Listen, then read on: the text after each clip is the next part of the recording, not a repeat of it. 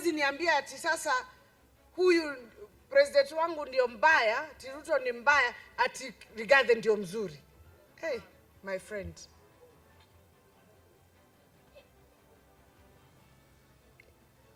Si walikuwa pamoja?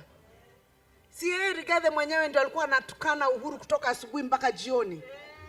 Kwani nyinyi mlikuwa wapi ama mmesahau? Ama mna deliberately hamtaki kukumbuka? Hata mpaka wakaenda kutoa mbuzi zake kwa shamba yake. Ati sasa yeye ndio defender number 1.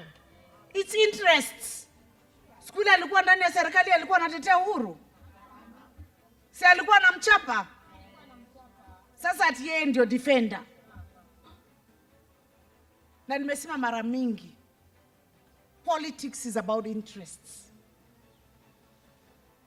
It's not a love affair. Nirudie tena.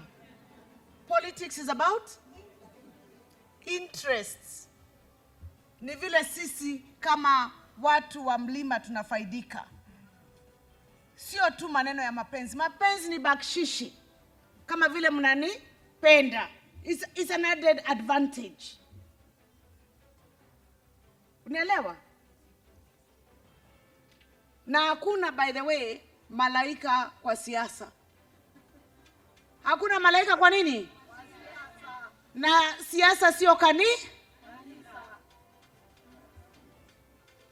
siasa sio nini? Kanisa. Na hakuna malaika. So mkitafuta, hakuna mtu ambaye hana shida. So msianze kutafuta malaika. They don't exist. There are no angels. Everybody has fallen short of the glory of God.